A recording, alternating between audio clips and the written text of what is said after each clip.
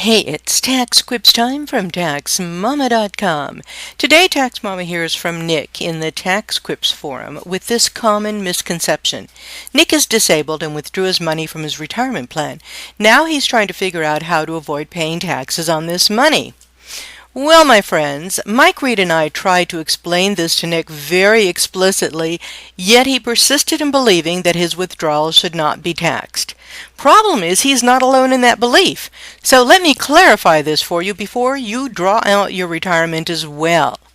Yes, it's true. There is a special tax treatment provided to those who must retire early due to a permanent disability. Note, I said permanent, not just something that's going to keep you helpless for a few months or a year. Also, there are certain other ways to avoid the penalties as well. Now, the special treatment is limited to a waiver of the IRS's 10% early withdrawal penalties for folks who are under age 59 and a half when they withdraw the money. And the same waiver applies to your state penalties. But be clear on this. The money you draw out is totally subject to income tax, so expect to pay taxes on these funds. In fact, if you withdraw all the money at once, expect this to put you into the highest tax bracket you have ever been in.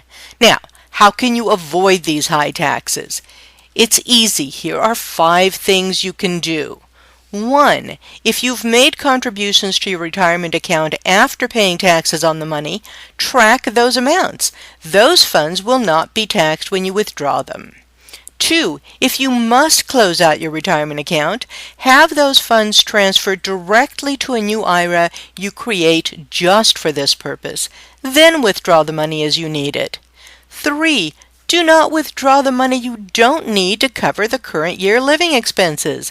The smaller the draw, the lower your tax bracket, and the lower the taxes.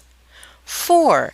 Make sure that when you take the draw, they withhold enough money to cover all of your taxes for both the IRS and state. Often, that 20% they withdraw only for the IRS is not enough to cover the taxes you're going to owe.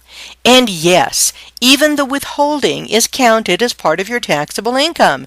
So do some planning and run the numbers to see if withdrawing all that money is worth it. Perhaps there's a better way to cover your expenses. And remember, you can find answers to all kinds of questions about early withdrawals and other tax and business issues free. Where else? At TaxMama.com.